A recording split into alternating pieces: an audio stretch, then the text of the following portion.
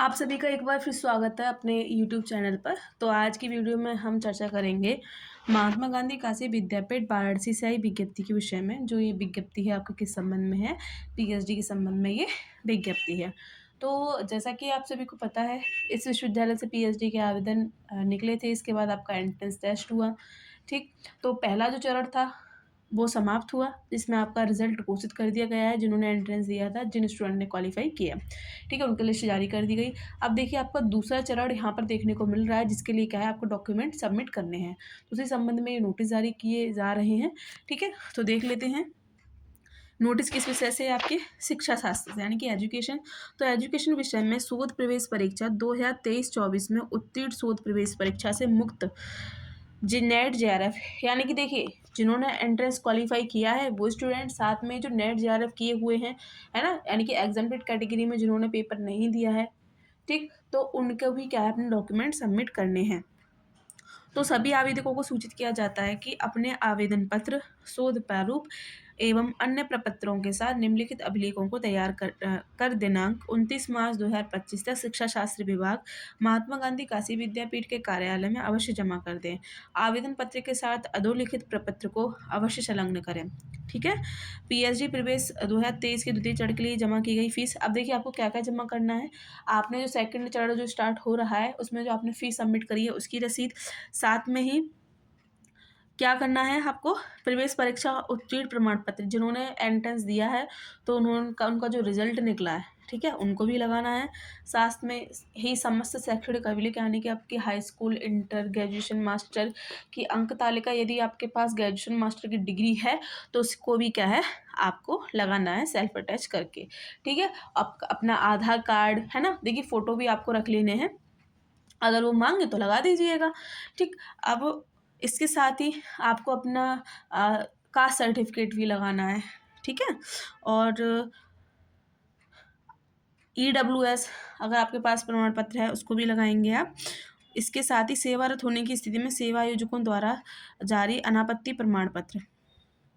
देखिए यदि आप पार्ट टाइम पीएचडी करना चाह रहे हैं, ठीक है, तो पार्ट टाइम पीएचडी का आपको पता ही होगा, आपको एनओसी लेनी पड़ती है जहाँ आप सेवारत हैं, ठीक है। तो वहाँ से आपको लेनी पड़ेगी कि मेरा ये कार्य करने पर आपको कोई आपत्ति नहीं है, तो वो भी यहाँ पर आपको लगाना है।